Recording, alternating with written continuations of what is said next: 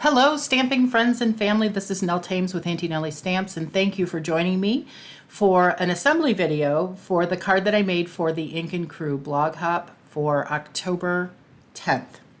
I used the Earthen Textures stamps and dies and the Nested Essential dies to make this card, this thank you and gratitude card.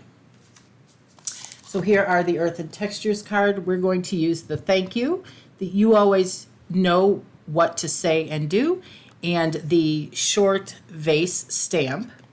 We're also going to use the pampas grass stamp.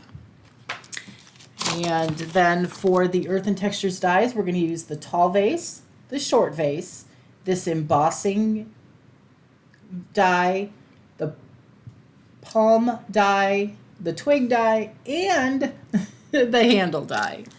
For the Nested Essentials, I've already pulled it out here because I always have trouble getting it out. This is the second from the smallest or the third from the largest die.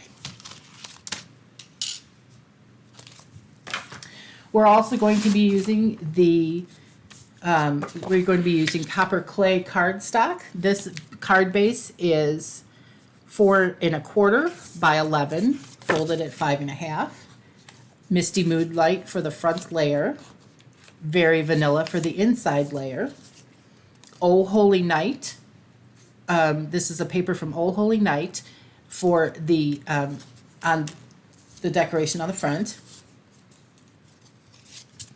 And then we're going to use a scrap of copper clay to stamp the vase on, and then a scrap of pebbled path to cut the large tall vase out of. Also, we're going to use some tartan foil papers. I'm going to use the copper clay. This is the Lost Lagoon, which we're not going to use. But we are going to use pebbled path as well. So to start, we're going to start with the Misty Moonlight and our embossing buddy. I'm going to rub the embossing buddy on the upper right corner of the Misty Moonlight layer. I'm going to use Versamark ink, which is a clear sticky ink, to stamp my sentiment. And I do use my grid lines as best I can with these cling stamps, since I can't see what I'm doing, making sure they're straight. So if you can see that's, well, you probably can't. It says, thank you. So now I'm going to take my powder buddy and copper Stamp Emboss powder, and just sprinkle this twice on here. Don't ask me why I sprinkle it twice. I don't even know if I learned to do it that way or if I just found it worked better for me, but that's what I do. I stamp it, and that one I swished a little bit, and I just make sure that there's no extra dots of powder anywhere. And then I close this up, and you can see that you would take the powder, put it down here, and then take this cap off to put it back into the container. But I'm not going to do that now, since this video has to be 15 minutes or less based on YouTube, since it's my first ever video. All right, so we're going to turn on the heat gun on level 2. And level 2 is the highest level, and that's what you use to heat emboss. I'm going to use the reverse tweezers to hold it, because it does get a little warm, so I don't want to burn myself. And then I'm going to apply heat to the powder. And I know you can't quite see what's going on here. Let me see if I can move it closer for you so you can see it turn. No, you're not even seeing it then. There we go. And there you go. It's starting to turn. Can you see that? I love embossing powder. Love it, love it, love it.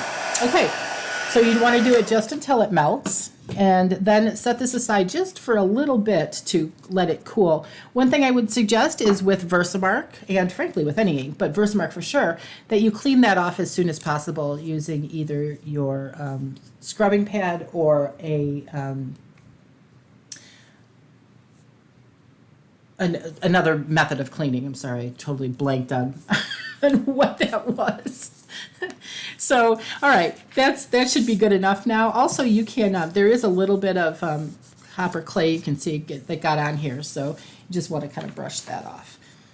All right, so now we're going to take the magic of television. This is the die that we would use to cut it, and it comes out looking like this, of course, like this. I'm not going to die cut it for you because it jiggles the table, and I haven't found a good way to do it without jiggling the table. So I am going to place this. Now please notice that it is a little bit short on either side. That is part of my design choice. Alternately, you could cut this paper about another 1/8 of an inch shorter, and that would make all of the difference. So it's just a little bit, it's that much too short. But I'm going to center it so that it's a 1/16 of an inch short on both sides. And then I'm going to use my liquid glue. I am a liquid glue fan. I know not everybody is. One of the things that I learned from someone, and I'm sorry, I don't know who it is because I would give credit where credit is due, is that if you can see it, that's enough. And that's true with liquid glue. If you can see it, that's enough. That's a little low. All right, so I want this top. One of the things I like about liquid glue is that it moves. I want this top to be about 1/3 of the way up. So this edge right here. I'm not sure that's all that straight, but in the end it won't matter. It's a handmade card. It's not machine made. So there are going to be all those fun little things that are unique to the card for the person that you're giving it to. Okay, so now we're going to create our excuse me, our vases. The bottom of the vase is this piece that has the little bump out. So this straight piece is the top, and we have two vases, as I've told you. We had the tall vase that's embossed and the short vase that is stamped. So I'm just going to stamp it once, just to show you what I'm doing here. I use the copper clay. I tap, tap, tap, and I'm going to move this off that paper. And then just stamp. And I hold it for a little while, let it go. I want that ink to, get into that paper nicely. And the fact that it's crooked will make no difference whatsoever because we're going to take this die and lay it over the top. And because I want it to be in a very specific place, I'm going to put a little piece of Post-it note tape on it. And then I'm going to run it through the embossing, the embossing machine. And so through the magic of video, here is the cutout piece. Now, if I don't put this over here, I'm going to lose it. So, okay. So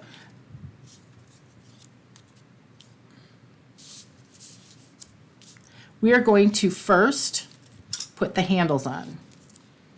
Now, I did run this one, of course, through the embossing, the texture embossing, and I love that it's short on both sides. So it is longer than than the tall vase is, but it has some really good dimensions at the end, or really good details where it is uneven, and I really like that. It reminds me of dripping things, so I'm sure that's what they were thinking.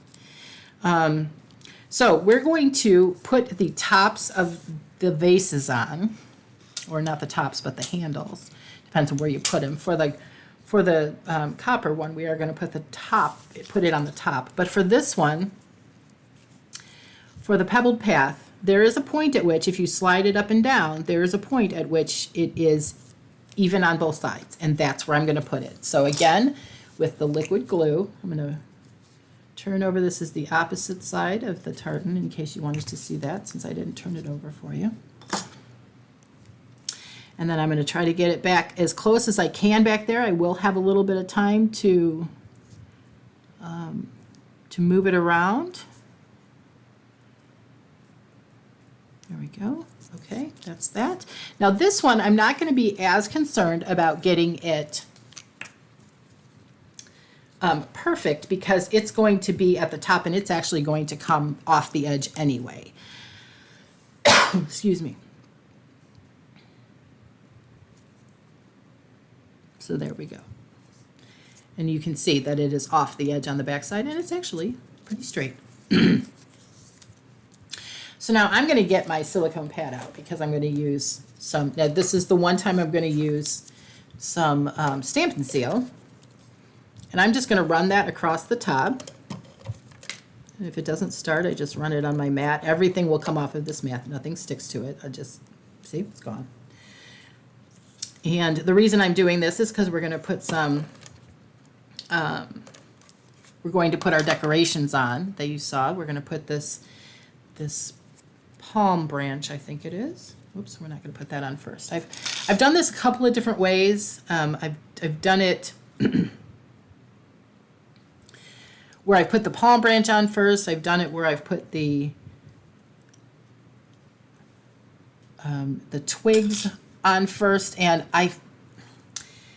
it doesn't matter. Is really what I'm going to say. It does not matter which way you put those on. So, all right. I don't think there is enough of this on here. There we go. That's better because it's not going to hold. So I'm going to choose to use the Pebbled Path palm branch, but first I'm going to put these on. I'm going to put them on the edge.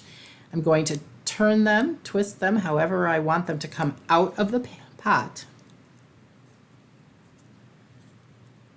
Considering that we can't go out of the side of the pot. No, what are we doing here? Just a little bit of glue because I don't have enough sticky for my, there we go, for my, and we want to watch that this doesn't come over too high or to do the, so it doesn't cover the thank you. All right, and we're going to lay that here for now so it doesn't stick to my grid paper because that would not be pleasant. Okay, and now we're going to do the other one. Same thing, make them taller, shorter, however you want them to look because it is your card.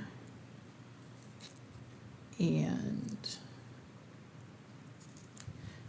one of the things that I heard when I was in college, because when I was in college I was an older student, and I took some classes that were competency-based. And I took a class on scrapbooking, which was really fun and a nice way to do art, because I don't feel like I'm a great artist, but that was one thing that I definitely was good at the time. I'm sorry, I just realized you can't see what I'm doing. Just working I'm working the things together. All right, but I learned that, triangles are good when it comes to art. So, I attempt to continue to learn and use my triangles here. All right. Now I'm going to put some glue on the back of here. And again, that was probably a little much on the bottom. This is a new glue, so it does kind of come out. It comes out pretty fast. All right. Oops, I moved again. And I am going to put this on the far left edge, about 1/4 of an inch away. I'm not yet going to glue the top. If I find the branches, if I find that I need to, I will, but for right now I'm not going to. For the small vase, I am going to, well, I guess I must have put them somewhere and now I can't find them. I'm going to use dimensionals. I know I set them up and I don't know what I did with them. Oh, they're probably covered up over here. Yep, there they are. I'm going to use some dimensionals. My dimensionals are cut in half because I get twice the amount out of them then. And I also, I just like them. I learned that from my friend Mary, and my friend Amy also does it. And so I find it economical and I like that. All right. So I'm a little bit worried that I put this one close to the edge. Let's see if I can, because we don't want it to show, we don't want it to show from the outside. Just going to gently peel it and move it in just a little bit. There we go. And then we're going to take the backing papers off.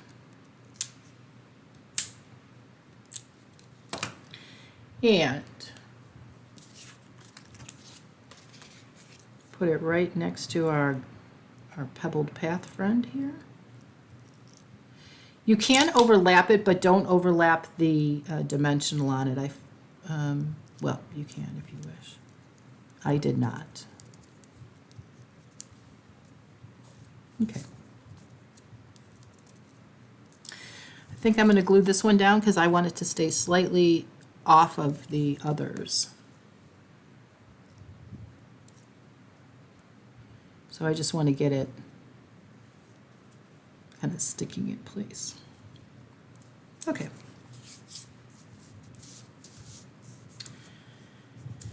Now I am going to choose to use some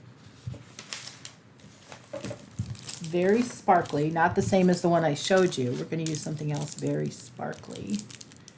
Some clear, sparkly, adhesive back sparkle gems. These are in the current catalog.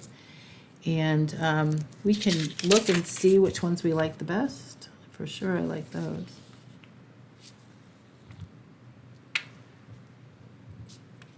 I'm assuming, I have to admit that I'm going to assume that these are copper. They might be gold. All right, one in the middle, one large one in the middle, a smaller one up top, and another small one down here in a line. That is how I'm going to put those on. These are adhesive backed, so they are self-adhesive, and they stick pretty well, but if you know you need to move it, do it. You can get it off to move it a little bit. If you're gentle, if you're gentle with them, you can get them out and not move your paper, or not rip your paper rather. Okay, now dimensionals on the back side. I use at least 5 on almost everything I do. About 3 on a sentiment, at least 5 on a full piece of, or on a full panel like this. I will use. I cannot get that off. I'm just gonna have to use my fingers there. I will use more than 5 because I don't want it to sag in the middle. And don't forget that your edges are useful. So here we have an edge. We'll just put this one somewhere. And I think maybe one more, and that should be good. It's not a very heavy top. And then I just use my take your pick tool, excuse me, to pull the backings off. It's kind of satisfying. I don't know why, but that little stack of backings is very satisfying to me. Okay. Then we'll bring out the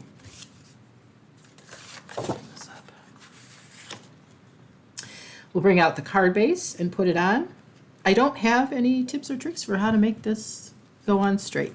So you just have to eyeball it. There's, I think if somebody would make a template that would make it go on straight every time, that might work, but I don't know.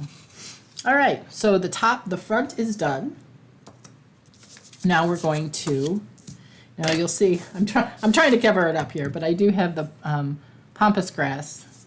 I did stamp that earlier today. So we're going to use Misty Moonlight. And I know that I want this stamped off once. So stamping off is you ink up your stamp, just tap with the, a piece of something on there. Just tap with the stamp, and then I'm going to stamp on a piece of scratch paper and stamp on the edge so you see how much lighter it is. And then you could stamp off, you could also stamp off twice, and then that's what it would look like if you stamped off twice, if you wanted it even lighter. Or if you wanted to stamp it multiple times there, you could do that as well. Whoops, we're still going to use this. So now I'm going to take my You Always Know Just What to Say and Do. And I am I'm a right-handed stamper, and I have a tendency to raise my right side on my card. So I am going to try to use my, I'm going to try to use my grid line to make it straight. And I'm not pressing hard, but I am applying it to the, I have something there. Might have to do something. That might be embossing powder. So that's the inside of our card. Oh, definitely embossing powder. I'm not going to worry about it. I'm going to now use my Stamp and Seal. If I didn't put it away. There it is. And I'm going to seal at the top and come on now, bottom and the sides. Now I have heard you can do only the sides. I haven't done it that way, and but I have heard that you can, and it's very effective because this is very strong. It's not there. Nothing is going to fall off if you put Stamp and Seal on it. And then I am going to just place it in here by eye. And there you go. There is our finished card. So thanks for joining me today. You can find the links to everything. If you haven't actually seen the blog hop, you can find a link to that in my description box. Otherwise, you can, if you need any of these supplies, I'd be honored to be your demonstrator. You can find my store at ntames, THAMES.stampinup.net. And if you go to my blog, you'll be able to print off the instructions for this card. Thanks so much for joining me. This is Auntie Nellie Stampin' Off. Have a great day.